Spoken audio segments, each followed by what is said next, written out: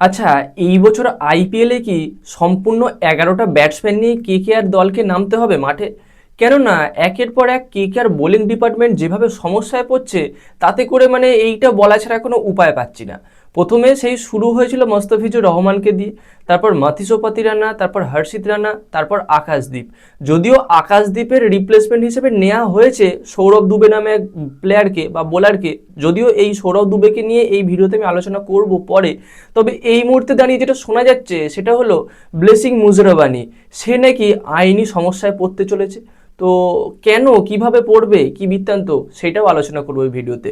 Important topic হবে, অবশ্যই তোমরা ভিডিওটা শেষ পর্যন্ত দেখতে থাকো এবং ভিডিও শেষে তোমাদের মতামতটা কমেন্টে জানিয়ে দিয়ে যেও। আর মেন টপিকে যাওয়ার আগে একটা ছোট্ট করে বলে রাখি, আজকে কিন্তু কেকেআর দলের পাওয়ার কোচ আন্দ্রে রাসেল সে আসতে চলেছে কলকাতায়, সেই সঙ্গে সুনীল নারিন, সেই সঙ্গে রোবমান পাওয়েল। মানে সম্পূর্ণ ওয়েস্ট ইন্ডিজ ব্রিগেড, সম্পূর্ণ ক্যারাবিয়ান ব্রিগেডটা আজকে কেকেআর দলের যারা আছে তারা কিন্তু কেকেআর মানে কলকাতার মাটিতে পদার্পণ করবে। আশা করব তারা সুস্থ স্বাভাবিকভাবে আসুক এবং কেকেআর দলটাকে এই বছর সাফল্যের চূড়ায় নিয়ে যাওয়ার জন্য সহযোগিতা করুক। তো এবার আসল কথায় আসি। প্রথমে বলবো এই সৌরভ দুবেকে নিয়ে কথা। দেখো, এই সৌরভ দুবে হচ্ছে একজন বাঁহাতি pace bowler, medium pace bowler, যার হাইট 6 ফুট 5 ইঞ্চি, অনেকটা বেশি হাইট। এটা একটা ভালো অ্যাডভান্টেজ। কিন্তু এত ভালো, এত নামি দামি বোলার থাকতে এই সৌরভ দুবেকে কেন নিল কেকেআর ম্যানেজমেন্ট? তো দেখো, যখন এই হর্ষিত রানা এবং আকাশদীপের রিপ্লেসমেন্ট হিসাবে এই সমস্ত বোলারদের ট্রায়ালে ডাকা হয়েছিল, তাদের মধ্যে বেশ কিছু প্লেয়ারের নাম শর্টলিস্টেড করেছিল আমাদের কেকেআর দলের কোচিং স্টাফেরা, তার মধ্যে সৌরভ দুবেও ছিল।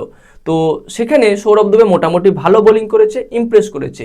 এবার গতদিন কেকেআর দলের প্লেয়াররা যে প্র্যাকটিস ম্যাচ খেলেছে, যে বিষয়টা নিয়ে আমি অলরেডি আলোচনা করেছি আমাদের এই চ্যানেলে, তো সেই প্র্যাকটিস ম্যাচে কিন্তু সৌরভ দুবের বোলিং দারুণ ছিল, খুব ভালো ইমপ্রেসিভ বল করেছে। যেখানে 3 ওভারে মাত্র রান দিয়েছে 25, তবে একটা উইকেট পায়নি। যেখানে নামি দামি বোলাররা আছে সেই জায়গায় 3 ওভারে 25 রান, কোনো উইকেট পায়নি, সেটা কিন্তু খুব একটা খারাপ স্ট্যাটিস্টিক নয়। আর সে বল করেছে অঙ্করিশ রঘুবংশী, মনীষ পান্ডে, এই সমস্ত প্লেয়ারদের এগেনস্টে। যেখানে সে টোটাল কাকে কি রান দিয়েছে একবার তোমাদের আমি দেখাই। ফার্স্ট ওভারে ছিল ফিন অ্যালেন এবং আজিঙ্কে রাহানে, তাদের দুজনের এগেনস্টে রান দিয়েছে মাত্র 7। তারপরের যে ওভারটা সে করেছে সেখানে ছিল মনীষ পান্ডে এবং অঙ্করিশ রঘুবংশী, তাদের এগেনস্টে রান দিয়েছে মাত্র 8। এবং লাস্ট যে ওভারটা করেছে সেখানে তার এগেনস্টে ব্যাট করছিল অঙ্করিশ রঘুবংশী এবং অনুকূল রয়, সেখানে রান দিয়েছে মাত্র 11।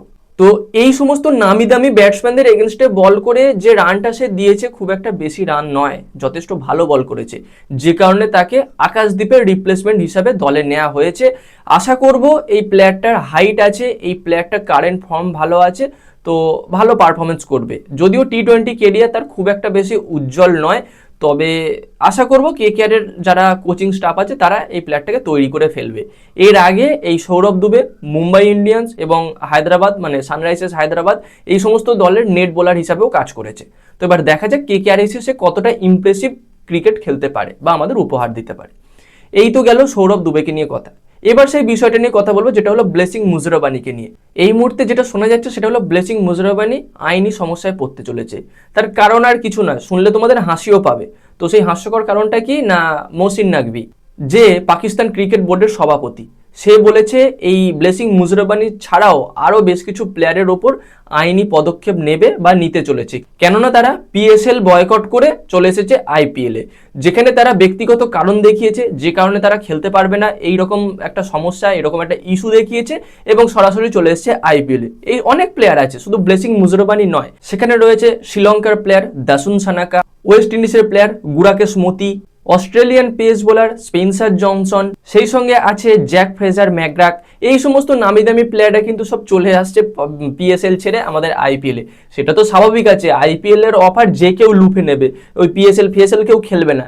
তো এই বিষয়টা নাকি তাদের খেলার বা তাদের ক্রিকেট লিগের মান সম্মান নষ্ট হচ্ছে, এই সমস্ত বিষয়ে তারা ইস্যু দেখিয়ে আইসিসির কাছে চিঠি দেবে এবং এই সমস্ত প্লেয়ারদের সবার বিরুদ্ধে, শুধু এই ব্লেসিং মুজরাবানি নয়, যে সমস্ত প্লেয়ারদের নাম বললাম সবার বিরুদ্ধে নাকি আইনি পদক্ষেপ নেবে যাতে করে তারা আইপিএল খেলতে না পারে। দেখো এই বিষয়টা কতটা কার্যকরী হবে সেই বিষয়ে অবশ্যই সন্দেহ আছে, কিন্তু এই যে একটা ইস্যু তৈরি হয়েছে এটা তো মানে কোনো সন্দেহ নেই যে একটা ইস্যু তৈরি হয়েছে। তো এখন কথা হলো সব কিছু ছেড়ে পাকিস্তান যদি আমাদের ভারতের পেছনে পড়ে থাকে আদেও কি লাভ হবে? তোমাদের কি মনে হয় এই বিষয়ে অবশ্যই কমেন্টে জানিও। আর আমার যেটা ব্যক্তিগত ধারণা খুব একটা বেশি কিছু সমস্যা হবে না। ব্যক্তিগত কারণ দেখিয়েছে প্লেয়াররা, ইচ্ছা নেই খেলবো না ছেড়ে দিয়েছে, তো সেটা তাদের ব্যাপার। তারপর তারা অন্য ক্লাবের হয়ে খেলবে, অন্য দেশের হয়ে খেলবে কি না খেলবে সেটা তাদের ব্যাপার। আশা করব আইনি সমস্যায় খুব একটা কিছু পড়বে না, কিন্তু এই মুহূর্তে একটা এইরকম ধোঁয়াশার সৃষ্টি হয়েছে। দেখা যাক এর মানে ভবিষ্যৎ কি হয় বা এইটা কতদূর গড়ায়। আপাতত এইটুকু আপডেট তোমাদের সঙ্গে শেয়ার করার ছিল। কেমন লাগলো ভিডিওটা কমেন্টে জানিও, এবং এইরকম খেলা সংক্রান্ত ভিডিও আরও বেশি বেশি করে পেতে চাইলে আমাদের চ্যানেলটাকে সাবস্ক্রাইব করে তার পাশের বেল আইকনটাকে অন করে দিও। তো গাইজ দেখা হচ্ছে পরবর্তী ভিডিওতে। Bye bye.